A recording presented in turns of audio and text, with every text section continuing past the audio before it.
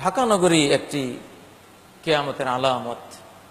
বিশ্বের এক একটি অত্যাধুনিক আকাশচুম্বী টাওয়ার বিল্ডিং এ পরিপূর্ণ শহর, নগর, বন্দর, এগুলি এক একটি কিয়ামতের আলামত। ওয়ান তারাল হুফাতাল উরাতাল আলাতা রিয়া আশ-শা'i ইয়াতাতাওয়ালুনা ফিল বুনিয়ান। তুমি দেখবে এক সময় যাদের পায়ে জুতো ছিল না, ঘরে খাদ্য ছিল না, যাদের গায়ে পোশাক ছিল না, যারা রাখালি করে দিনাতিপাত করত, আজকে তারা সুউচ্চ টাওয়ার নির্মাণে প্রতিযোগিতায় নেমেছে। প্রতিযোগিতা, কে কত সুউচ্চ টাওয়ার নির্মাণ করতে পারে। চতুর্দিকে এখন tower R tower R tower. হযরত ওমর বলতেন, আমি কল্পনা করতে পারি না যে একজন মুসলিম কোন ফেরাউনের টাওয়ার নির্মাণ করে সেখানে বাস করতে পারে। প্রথম টাওয়ারটি ফেরাউন নির্মাণ করেছিল। ইয়া হামান ইজআল লি সারহান, ওহে আমার স্থাপত্য মন্ত্রী হামান, ইজআল লি সারহা, আমার জন্য একটি টাওয়ার নির্মাণ করো, আকাশচুম্বী প্রাসাদ নির্মাণ করো।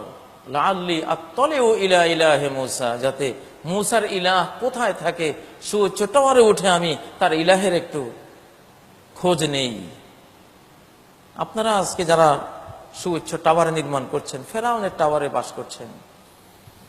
মনগুলো ফেরাউনের মতো ভাব ভাব হতে হতে চায় কেবল। এই জন্য দয়া মায়া নেই, নিষ্ঠুরতা, আল্লাহমুখিতা নেই, জগৎমুখিতা। প্রিয় ভাইরা, যে কোনো জিনিসের একটা অ্যাকশন রিয়াকশন থাকে। এই টাওয়ারগুলোর অ্যাকশন ভালো নয়। এই টাওয়ারগুলোর অ্যাকশন হলো ফেরাউনমুখী, মাটিমুখী নয়। এটা দুনিয়ামুখী, আল্লাহমুখী নয়। এখন তাই বলে টাওয়ার তো আর ছেড়ে দিতে পারবেন না।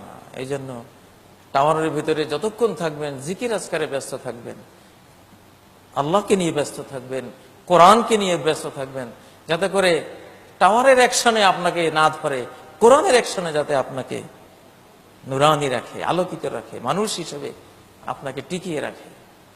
যে যত বিপরীত অবস্থানে থাকে, সে বিপরীত অবস্থান যদি মন্দ হয়, খারাপ হয়, ধ্বংসের দিকে নেয়ার মতো হয়, তাহলে তাকে বাঁচার জন্য তার বিপরীতটাকে নিতে হয়। তার বিপরীত কি আছে, বাঁচার উপায় কি আছে? যেখানে আগুন সেখানে পানি রাখতে হয়, যেখানে পানির আগ্রাসন সেখানে জাহাজ রাখতে হয় বাঁচার জন্য। অতএব আমরা কিয়ামতের একেবারে কাছাকাছি। নবীজি বলেছেন, হাত্তা ইজা রাআইতা শুহহান মুতাআ, তুমি যখন দেখবা শুহহান মুতাআ, লোভ, সঞ্চয়, দুনিয়ার মোহ। মানুষ এখন চিন্তা করে কবে আমার প্রাসাদটি নির্মাণ করা হবে, কবে আমার ঢাকায় একটা ফ্ল্যাট হবে, কবে আমার ব্যাংক ব্যালেন্স এত মিলিয়ন এত বিলিয়ন হবে।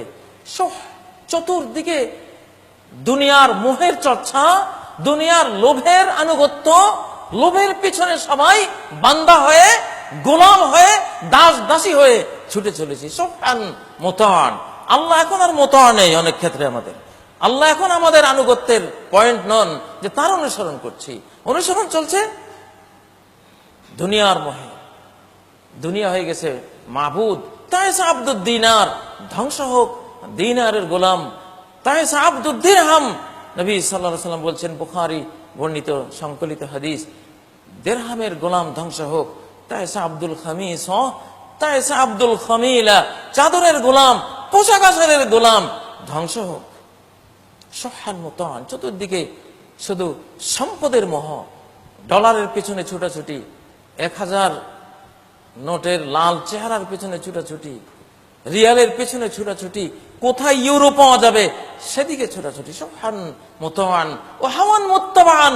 চতুর্দিকে যৌন চর্চা, পর্নোগ্রাফি, হাওয়ান মুত্তাবান, যৌনতার চর্চা, পর্নোগ্রাফির চর্চা, অশ্লীলতার চর্চা।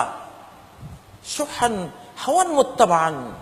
বাসে বসে একটি নারী খুঁজে, আমার পাশে একটা ছেলে এসে বসুক, ছেলে বসে অপেক্ষা করে একটা মেয়ে এসে বসুক। কলেজে গেলে, বিদ্যালয়ে গেলে কোথায় বিপরীত লিঙ্গের সাথে বসা যাবে সেটার চর্চা। অফিসে একই অবস্থা, হাটে বাজারে নগরে বন্দরে গাড়িতে বিমানে জাহাজে সবখানে হাওয়ান মুত্তাবান, যৌনতার অনুসরণ। হাওয়ান মুত্তাবান। বিলবোর্ড গুলো, বিশাল বিশাল বিলবোর্ডে কি আছে? অশ্লীল ব্যভিচারের দৃশ্য ছাড়া, যৌনতা ছাড়া। কিয়ামত, এগুলি কিয়ামত। এরপরে তো সিঙ্গার ফুৎকার আসবে। হাওয়ান মুত্তাবান ওয়া দুনিয়া মুসারা। দুনিয়ার জয় জয়কার। আখেরাত তো মারাই গেছে এখন আমাদের হৃদয় জগতে। আখেরাতের চিন্তাশীল মানুষগুলো কোথায়? আখেরাত নিয়ে ভাববে যারা, তারা কোথায়? কবরে চলে গেছে। আমরা দেখেছি আমাদের শিশুকালে একসাথে কোথাও বসলে অবচেতন মন থেকে কি আলোচনা বেরিয়ে আসতো? কবরের চিন্তা বেরিয়ে আসতো, জান্নাতের কথা বেরিয়ে আসতো, জাহান্নামের ভীতিকর অবস্থার সম্বন্ধে প্রশ্ন বেরিয়ে আসতো। আগের যুগের বয়োজ্যেষ্ঠরা ছিল পরকালমুখী, অধিকাংশ আমরা দেখেছি। এখন সেটা নেই। এখন একসাথে বসলে তোমার জায়গাটা খালি রেখেছো কেন? কবে বিল্ডিং করবা? আরে ভাই আর একটু বাকি, ব্যালেন্সটা এখনো আসে নাই, এলপিআরে গেলে আশা করি শুরু করব। এলপিআরে গেলে তোমার কবরে যাওয়া উচিত।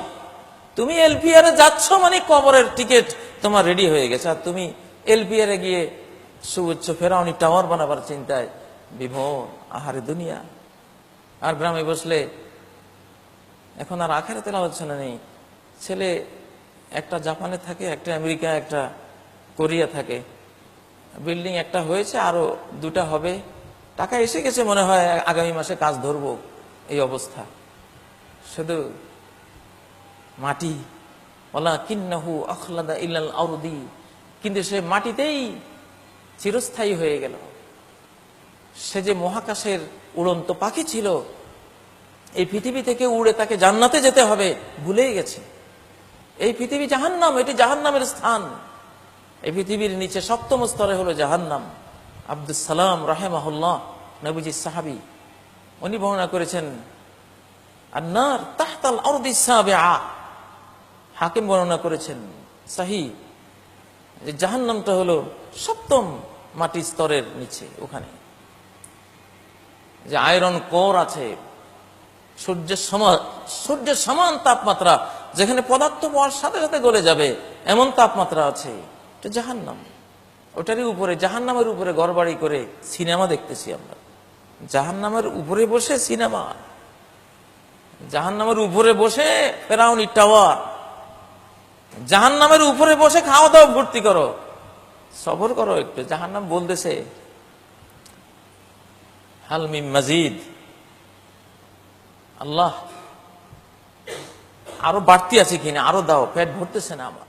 আল্লাহু আল্লাহু ইয়া রাব্বি ইয়া আল্লাহ, আল্লাহু ইয়া রাব্বি ইয়া আল্লাহ। লা ইলাহা ইল্লাল্লাহ, লা ইলাহা ইল্লাল্লাহ, লা ইলাহা ইল্লাল্লাহ, মুহাম্মাদুন রাসূলুল্লাহ।